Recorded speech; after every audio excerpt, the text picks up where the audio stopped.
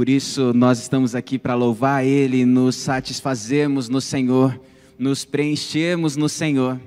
E nessa noite eu gostaria de convidar você a abrir a sua Bíblia em Daniel, capítulo 1. Nós vamos falar sobre contentamento, sobre como nos enchermos do Senhor e no Senhor.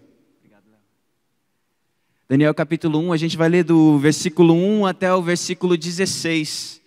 E vamos tentar entender um pouco da história de Daniel por um outro prisma. Eu tenho certeza de que a maior parte das pessoas que já leram o livro de Daniel conhece a história da qual eu vou falar. E nós vamos falar um pouco sobre Davi, sobre Moisés e sobre as nossas próprias vidas também. Mas vamos ler comigo. Daniel, vamos ler do 1 até o 16. No terceiro ano do reinado de Jeoaquim, rei de Judá, Nabucodonosor, rei da Babilônia, veio a Jerusalém e a sitiou. E o Senhor entregou Jeoaquim, rei de Judá, nas suas mãos e também alguns dos utensílios do templo de Deus. Ele levou os utensílios para o templo do seu Deus na terra de Sinear e os colocou na casa do tesouro do seu Deus. Depois, o rei ordenou a Aspenaz, o chefe dos oficiais da sua corte, que trouxesse alguns dos israelitas da família de Israel e da nobreza, da família real e da nobreza, jovens sem defeito físico, de boa aparência, cultos, inteligentes, que dominassem os vários campos do conhecimento e fossem capacitados para servir no palácio do rei. Ele deveria ensinar-lhes a língua e a literatura dos babilônios. De sua própria mesa, o rei designou-lhes uma porção diária de comida e de vinho. Eles receberiam um treinamento durante 3 anos e depois disso passariam a servir o rei. Entre esses estavam alguns que vieram de Judá: Daniel, Ananias, Misael e Azarias. O chefe dos oficiais deu-lhes novos nomes. A Daniel deu o nome de Beltesazar, a Ananias, Sadraque, a Misael, Mesaque e a Azarias, Abednego. Daniel, contudo, decidiu não se tornar impuro com a comida e com o vinho do rei e pediu ao chefe dos oficiais permissão para se abster deles.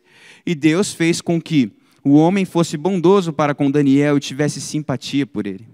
Apesar disso, ele disse a Daniel: tenho medo do rei, o meu senhor, que determinou a comida e a bebida de vocês.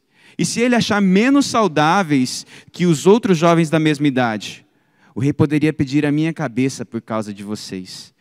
Daniel disse então ao homem que o chefe dos oficiais tinha encarregado de cuidar dele e de Ananias, Misael e Azarias: peço que faças uma experiência com os seus servos durante 10 dias. Não nos dê nada além de vegetais para comer e água para beber. Depois, compare a nossa aparência com a dos jovens que comem a comida do rei e trate os seus servos de acordo com o que você concluir. Ele concordou e fez a experiência com ele durante 10 dias. Passados os 10 dias, eles pareciam mais saudáveis e mais fortes do que todos os jovens que comiam a comida da mesa do rei. Assim, o encarregado tirou a comida especial e o vinho que haviam sido designados e em lugar disso lhe dava vegetais. Amém. Que a palavra do Senhor seja aplicada aos nossos corações. Para mim não é segredo de que Daniel é um dos profetas que eu mais admiro pessoalmente. Pela sua força, pela sua determinação, por ser um servo de Deus ao qual o Senhor chama de: não tenha medo, meu servo, a qual o Senhor revela as coisas dos últimos dias primeiro. Coisa linda a vida de Daniel. E, honestamente, eu já li diversas vezes esse texto. E dessa última vez, algo me veio à mente de uma maneira muito especial, porque eu tenho lido a respeito de contentamento. Nancy Wilson escreveu um livro sobre contentamento para mulheres, mas eu li mesmo assim.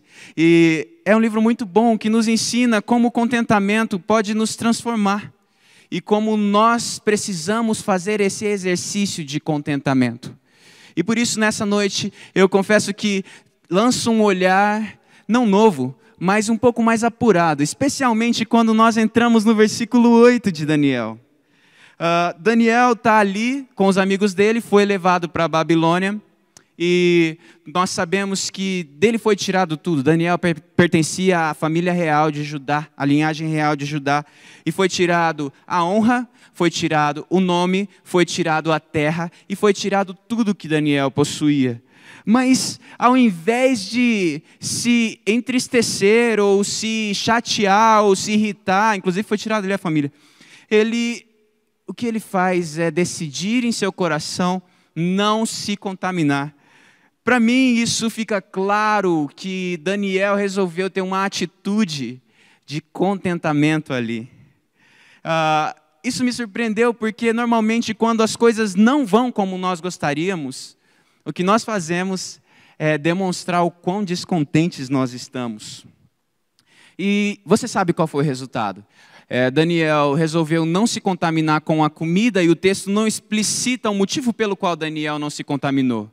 O texto só nos diz que Daniel não se contaminou com a comida, talvez por a gente ler em Levítico que a comida não poderia ser nenhum tipo de animal que fosse de casco fendido, um porco ou outros animais que eles pudessem comer, ou talvez fosse um motivo pelo qual o sangue não fosse corretamente retirado do animal, porque próprio Levítico 17 diz que no animal o sangue está a vida e não pode, é abominação para um israelita comer do sangue. A gente não sabe. O que a gente sabe é que Daniel se contaminaria se ele comesse, e a gente vê isso claramente no versículo 8. Alguns já assistem esse texto e elaboram toda uma dieta, toda uma teoria conspirativa a respeito de carne. Não é isso que o texto está falando. Quando a gente pensa que Daniel comeu a salada e ficou saradão, a gente tira todo o fator milagre. Porque o texto não estava dizendo que Daniel comia menos ou mais e ficava assim melhor, e sim que o Senhor foi favorável a Daniel. E enquanto os outros comiam mais e comiam melhor, comiam da mesa do rei, Daniel comia água, tomava água e comia legumes.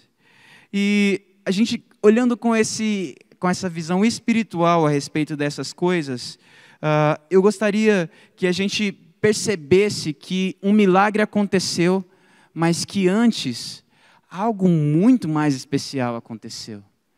Daniel decidiu contentar-se com o que o Senhor lhe dera. Talvez você pense que eu tirei essa conclusão a respeito disso só por perceber que ele comeu legumes ao invés de carne e vinho, mas não. Se você lembrar, Daniel tinha entre 14 e 16 anos e ele tinha saído da sua própria terra. Como eu disse no início, tinha perdido seu nome, tinha perdido sua identidade, tinha perdido sua honra. E mesmo assim, algo o movia a não se contaminar. Mesmo assim, algo o movia a adorar o seu Deus, rendendo a Ele graças através do seu alimento, através da sua vida.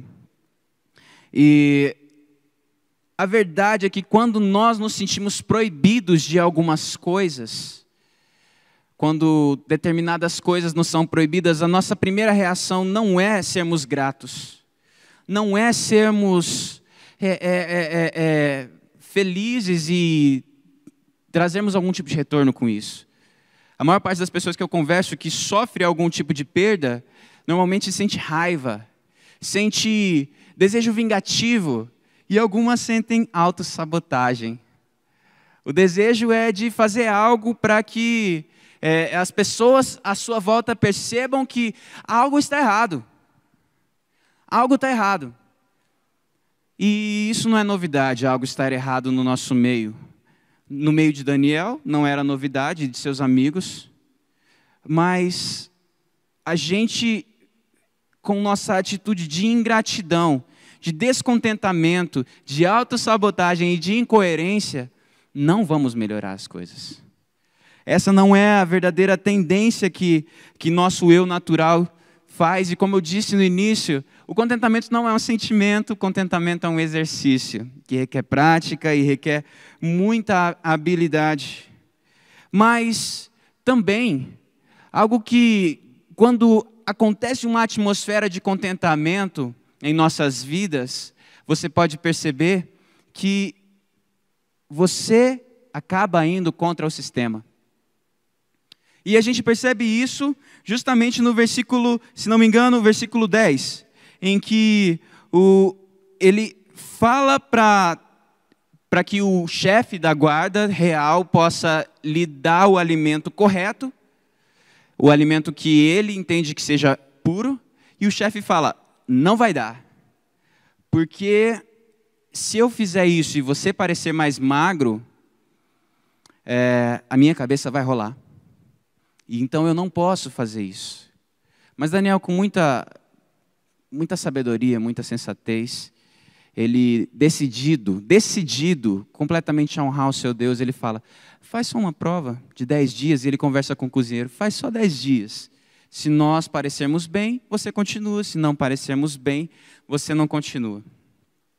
E aqui, eu gostaria de correr para um outro texto, no qual a gente encontra uma larga história e experiência de contentamento e descontentamento, no qual a gente entra em Samuel, 2 Samuel, nos capítulos 11, a gente vai ler o versículo 10 do capítulo 11, e depois a gente vai dar uma ida, 10, 11, 12, e depois a gente vai dar uma ida ao capítulo 12.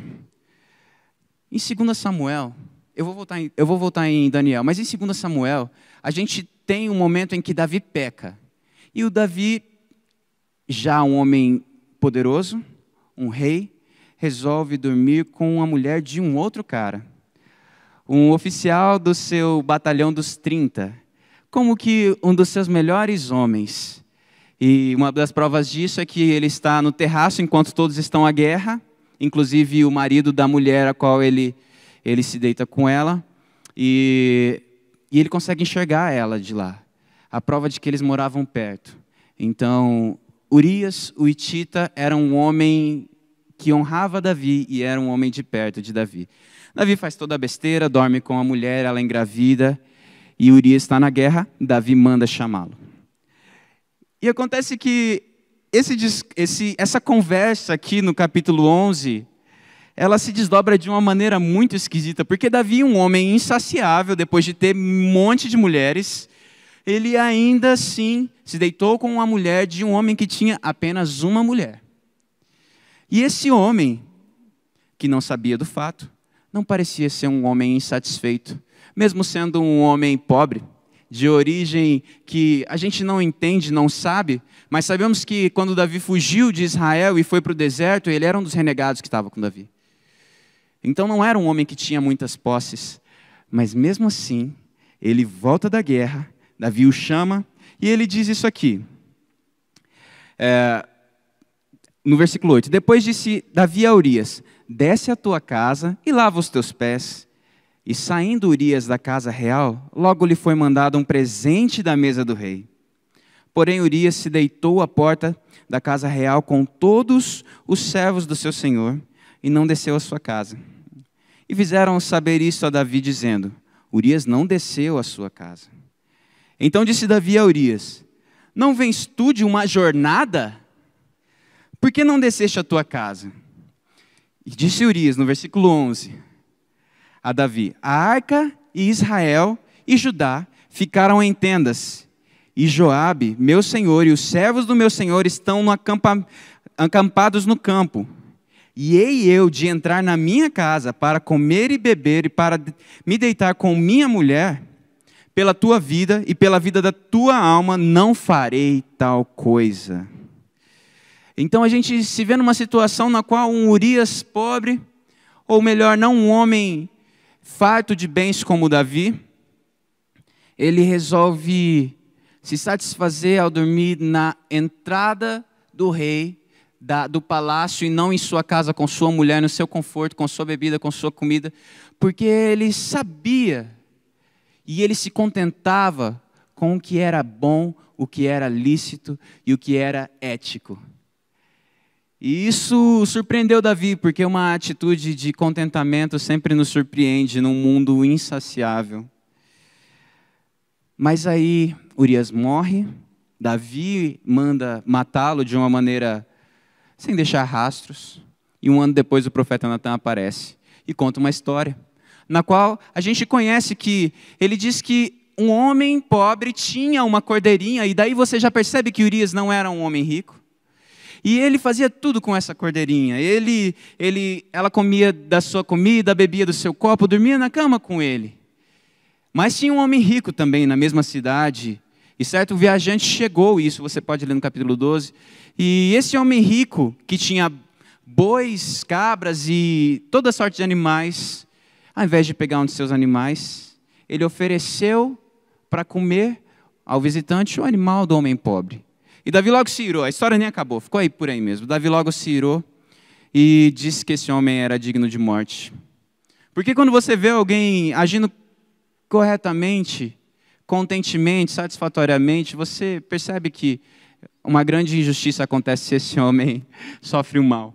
Mas Natan disse, esse homem é você, Davi. E mais para frente ele diz, Deus, assim diz o Senhor, eu daria tudo o mais que você quisesse. E eu te dei terras, te dei mulheres, te dei um reino. Mas você não se conteve, não se satisfez com tal coisa. Por isso, a espada não se afastará da sua casa. É verdade que a falta de contentamento, a ganância, a lascívia, o desejo pelo que não é seu, nos trai, nos maltrata e nos mata. E isso é sério, como se vê nessa história. Mas, curiosamente, a gente tem a postura de um homem, por um outro lado, que desafiou o próprio sistema, chamado Urias ali. Ali Urias desafiou o próprio sistema. Porque o rei deu aval para que ele fosse para sua casa, e talvez se ele fosse não morreria. Então saiba que no momento em que você resolver se tornar uma pessoa contente ou fazer o exercício do contentamento com o que Deus já te deu, assim como Daniel, assim como o capitão da guarda real e assim como Urias, você pode sofrer represálias. E sabe por quê? Porque em 2 Timóteo, capítulo 3, versículo 12 e 13, o apóstolo Paulo revela a Timóteo que, de fato, todos os que desejam viver piedosamente em Cristo Jesus serão perseguidos. Mas não acaba aí. Ele diz, contudo, os perversos, os impostores, irão de mal a pior, enganando e sendo enganados. Com esse versículo a gente descobre que se você quiser fazer as coisas do jeito certo, se você quiser se contentar com o que Deus te deu, se você quiser viver uma vida satisfeita, você vai ser perseguido. Mas, se você não quiser, você também vai sofrer um tipo de condenação diferente. Que, na verdade, ser perseguido não é condenação. E os servos de Deus, eles consideram isso como uma bem-aventurança. Jesus fala isso em Mateus 5. Mas a condenação, para quem resolve se inflamar com esse tipo de sentimento, é que vai ser enganado e vai enganar. E não é verdade que a falta de contentamento que a gente vive hoje, querendo ter o que não podemos ter, querendo fazer o que não podemos fazer, nos está trazendo somente várias e várias ilusões, dia após dia? Essa é uma verdade. Essa é uma verdade, mas a gente fica preso nisso. E a grande pergunta que nos fazemos é, como alguém consegue se contentar com tão pouco, talvez? Como quando a gente ouve em Hebreus 13, versículo 5, que diz, contentem-se com o que vocês têm, porque se vocês têm o que beber e comer, vocês estão satisfeitos. Seja a vossa vida isenta de avareza, porque o Senhor lhe disse, nunca te deixarei, nunca lhe abandonarei. E é curioso você perceber que o próprio livro de Hebreus, no capítulo 11, ele começa a mostrar pessoas que pela fé, elas abriram mão de outras coisas, abriram mão de riquezas, abriram mão de seu orgulho, mas também venceram reinos, apagaram o poder do fogo, derrotaram exércitos à espada e fizeram a vontade de Deus. E lá no versículo 24 até o 26, ele traz Moisés, que diz, pela fé, Moisés já adulto, recusou-se ser chamado filho da filha de Faraó, preferindo ser maltratado com o povo durante algum tempo. Por amor de Cristo, considerou sua desonra uma riqueza, maior do que os tesouros do Egito, porque contemplava a sua recompensa. Que coisa mais linda. Moisés contemplava a sua recompensa, por isso considerou um privilégio sofrer por algum tempo e ser maltratado com o seu próprio povo. Porque às vezes o contentamento ele não vai nos trazer grandes bênçãos. Às vezes vamos ter que abrir mão de diversas coisas para escolher apenas uma. Certa vez eu estava conversando com um senhor que era casado há muitos e muitos anos com sua esposa. E ele falou assim, eu disse para ele, a minha vida é uma vida de renúncias. Ele falou, a vida de todo mundo é uma vida de renúncias. Porque o dia em que eu escolhi casar com a minha esposa, que eu amo tanto, eu abri mão de todas as outras mulheres. E aquilo me fez pensar que quando nós nos contentamos com o que Deus nos dá, nós temos que abrir mão das outras coisas. E isso não é nenhum tipo de conformismo ou um tipo de pensamento pequeno, mas ao contrário. É um pensamento mais excelente, um pensamento maior. Porque todos aqueles que conquistaram as coisas e os heróis da galeria da fé, no exemplo de Hebreus 11, eles esperavam uma pátria maior. Eles, pela fé, sofriam todo tipo de luta e perda para que eles pudessem conquistar algo maior e serem aperfeiçoados, como diz no último versículo, conosco.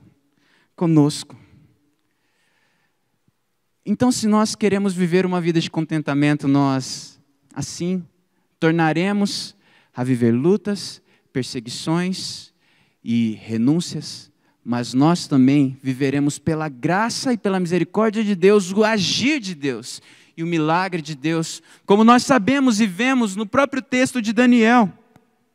As coisas mudaram. As coisas mudaram por Daniel porque ele resolveu se satisfazer no meio da dificuldade.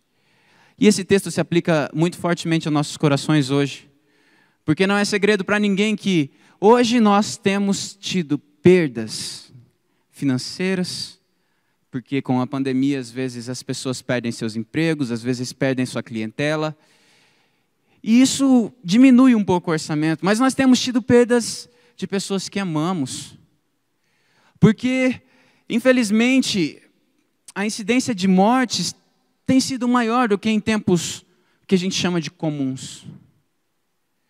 Nós temos perdido relacionamentos, porque o nosso distanciamento está sendo obrigatório.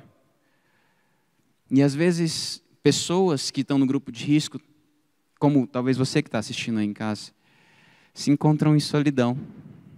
Uma solidão física. De não poder abraçar alguém, de não poder estar perto, de não poder desfrutar de um relacionamento.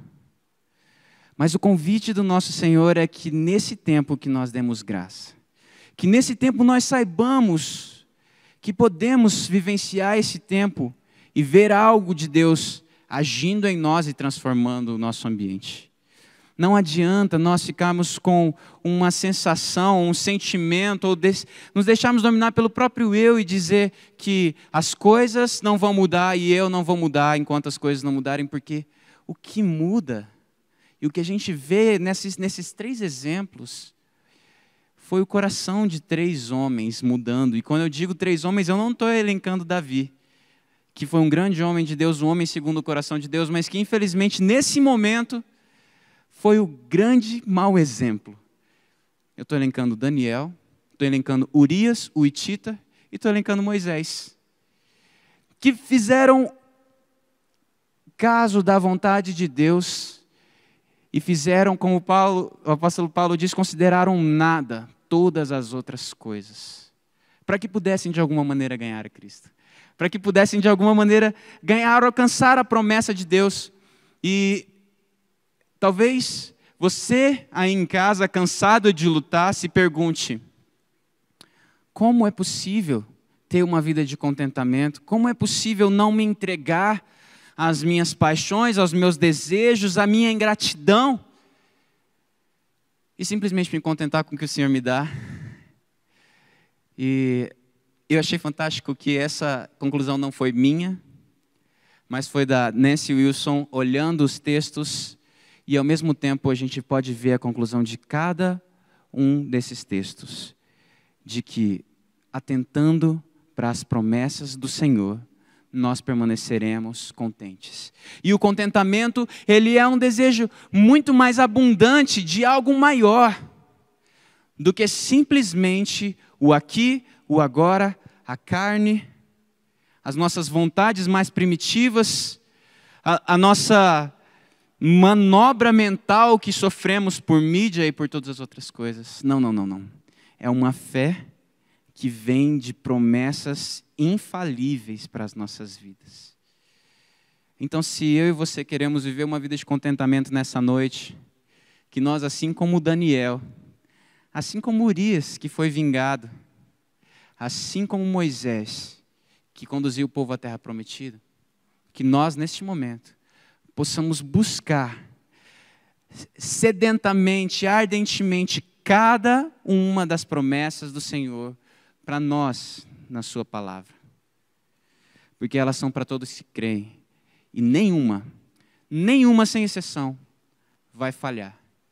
E eu tenho certeza que nossos corações vão se fortalecer para que sejamos mais abundantes e sim transformemos a nossa realidade e transformemos tudo à nossa volta para a glória de Deus. Em nome de Jesus. Vamos orar? Senhor nosso Deus, muito obrigado, Pai, porque podemos nos debruçar na sua palavra e encontrar tantas belas coisas, tantos belos exemplos de servos do Senhor que alcançaram suas promessas pela fé no Senhor, Pai. E eu queria agora orar por mim e por todas essas pessoas que estão aqui cultuando conosco nessa noite e pedir que o Senhor nos abençoe, nos fortaleça, nos traga à memória cada uma das promessas que o Senhor foi nos dando até o céu, Pai. E que assim nós nos fortaleçamos e prossigamos em conhecer e viver a sua vontade, Pai. Que possamos ir mais fundo, que possamos viver e comer e beber do verdadeiro alimento que é o Senhor, Pai. Que é a sua vida, que é a sua vontade, que é a sua verdade. Não caiamos mais em ilusões mundanas, Pai. Mas para a tua glória, sejamos plenamente satisfeitos, Pai. Oramos humildemente gratos e colocamos como uma forma de adoração também, Pai, a nossa palavra, nosso culto e nossos corações. Em nome de Jesus. Amém.